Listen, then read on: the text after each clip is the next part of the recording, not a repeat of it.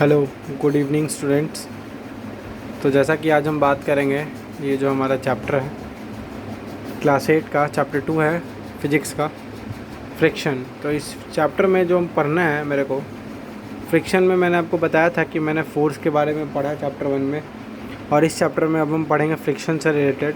Friction भी एक तरह का फोर्स है, और जैसा कि ये क्रैश कोर्स वीडियो है तो आप लोगों को मैं पॉइंट टू पॉइंट लेके चलूँगा, बिल्कुल कट टू क्लियर। ठीक है, बाकी के जो भी एक्स्ट्रा पॉइंट्स आप लोगों को समझने हैं वो आप लोगों को एक चैप्टर्स के जो वीडियोस मैंने बनाया है उसमें आपको हर एक पॉइंट का ब्रीफिंग मिलेगा। ये जो वीडियो है आपका, ये बिल्कुल शॉर्ट में चलेगा, आप लोगों को पॉइंट टू पॉइंट कवर करेगा। मेन पॉइंट मैं बताऊंगा आप लोगों को। सबसे पहला पॉइंट है फ्रिक्शन क्या है।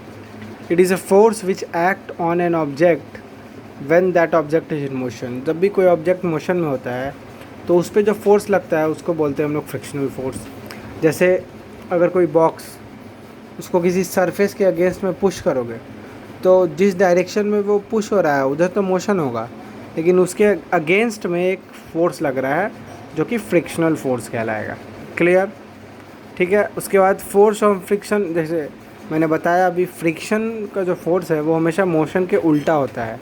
यही कारण है कि फोर्स ऑफ फ्रिक्शन जो होता है वो मोशन को हमेशा अपोज करता है। अपोज का मतलब विपरीत दिशा में। ठीक है। It can slow down the speed of moving object. हाँ, फ्रिक्शनल फोर्स के कारण जैसे कोई भी ऑब्जेक्ट बहुत ज़्यादा तेज़ी स्पीड में है, लेकिन फ्रिक्शनल फोर्स अगर उस पर लगा तो वो क्या हो जाएगा, स्लो डाउन हो जाएगा। Spring balance is a instrument use to measure friction. मैंने बताया था स्प्रिंग बैलेंस एक ऐसा तरीका है जिससे हम फ्रिक्शन को आसानी से मेज़र कर सकते हैं। ठीक है। स्प्रिंग बैलेंस जो अब मैंने आप लोगों को वीडियोस में दिखाया है, बताया भी है। तो स्प्रिंग बैलेंस एक ऐसा चीज़ है जिससे हम लोग क्या कर सकते हैं, स्प्रिंग बैलेंस से फ्रिक्शनल फोर्स को हम लोग ईजी तरह से मेज़र कर सकते हैं कि कितना फ्रिक्शनल फोर्स लग रहा है उस ऑब्जेक्ट्स पे और कब तक लग रहा है। ठीक है। तो ये जो पॉइंट्स मैंने बताया अभी आपको, फ्रिक्शन के बारे में बताया। क्लियर? फ्रिक्शन क्या है ये बताया मैंने, फोर्स ऑफ फ्रिक्शन कब काम करता है ये भी बताया मैंने आपको, कैसे कैसे वर्क करता है ये भी बताया, और मेज़र कैसे करते हैं फ्रिक्शनल फोर्स को ये भी बताया। अब हम लोग आगे चलते हैं। इसके कुछ अपने रूल हैं, कुछ तरीका है फ्रिक्शन को घटाने और बढ़ाने का। तो चलिए अब हम लोग आगे वो भी देखते हैं। चलिए अब हम लोग आगे देखते हैं कि फ्रिक्शन से क्या एडवांटेज है, द फ्रिक्शन के क्या फ़ायदे हैं और क्या नुकसान है। ठीक है। तो देखते हैं हम लोग एडवांटेज ऑफ फ्रिक्शन। तो फ्रिक्शन के कारण जो है हम लोग किसी भी रोड पे आसानी से वॉक कर सकते हैं। कार और बस जो है वो आसानी से ग्रिपिंग बना के रोड पे चल सकते हैं। हम लोग जो ब्रेक्स लगाते हैं व्हीकल्स में वो भी फ्रिक्शन के कारण आसानी से लग सकते हैं। We can write on paper. हम फ्रिक्शन के कारण किसी भी पेपर पे आसानी से लिख सकते हैं, नोट डाउन कर सकते हैं। ठीक है। तो ये सब उसके कुछ फ़ायदे हैं जो हम लोगों को फ्रिक्शन से मिलते हैं।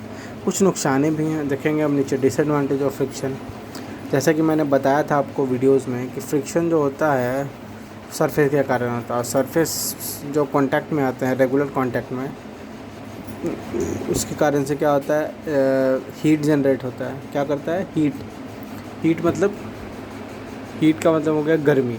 हीट जनरेट करता है जिसके कारण से एनर्जी का वेस्टेज होता है, या हीट जनरेट करने के कारण जो सरफेस है जो कांटेक्ट में आता है बार बार, वो क्या हो जाता है, रब हो जाता है। घिसने के बाद क्या हो जाता है, वो वहाँ से बाहर निकल जाता है। तो rubbing, we are out rubbing surface. ठीक है। घिसते बाहर निकल जाता है।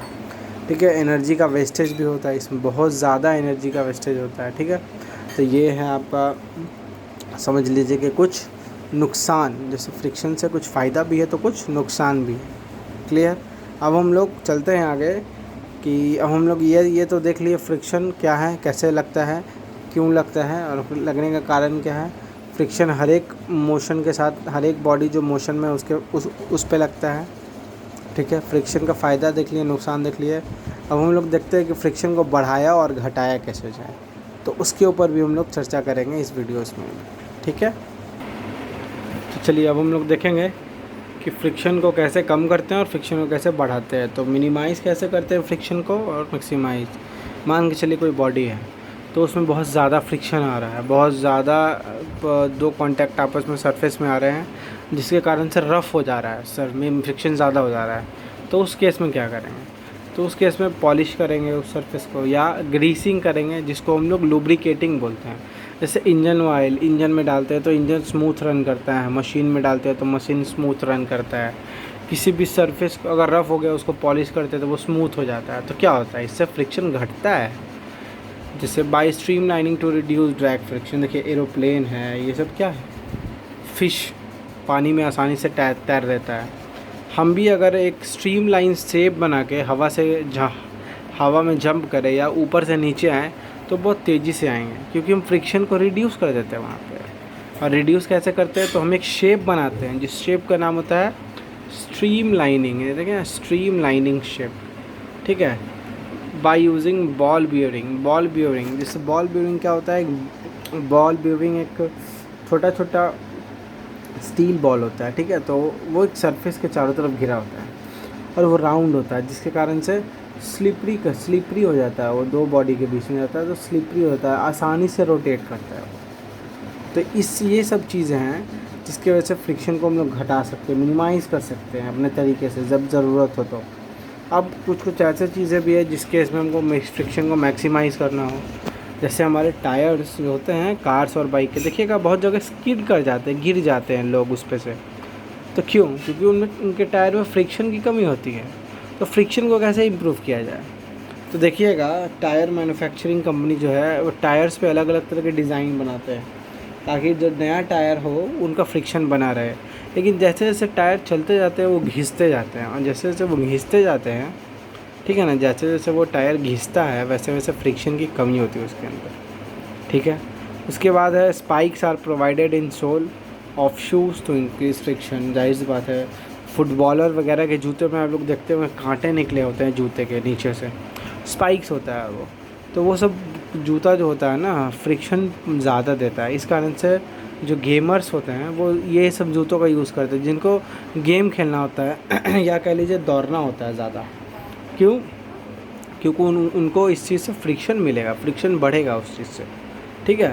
देखिए यहाँ पे लिखा spikes are provided sole of shoes increase friction, ठीक है। फ्रिक्शन को इंक्रीज़ करने के लिए उनको इस तरह का सोल दिया जाता है। क्लियर। ये जो था आप लोगों का चैप्टर 2 क्लास 8 का जो चैप्टर 2 था फ्रिक्शन, क्योंकि ये चैप्टर बहुत छोटा था तो इसका बहुत ही छोटा एक ही वीडियोस में आप लोगों का पूरा क्रैश कोर्स कंप्लीट हो चुका है। आप लोगों को मेन पॉइंट में बता चुका हूँ। बाकी डिटेल के लिए आप लोग वीडियोस ज़रूर देखिए, इसको देखिए तो आप लोगों को समरी टाइप से बहुत छोटे, बहुत अच्छे तरीके से, बहुत छोटे लफ्ज़ में, बहुत ईजी एक ही वीडियोज़ में आप लोगों को पूरा चैप्टर का कंक्लूज़न मिल जाएगा, ठीक है। तो फ़िलहाल के लिए धन्यवाद।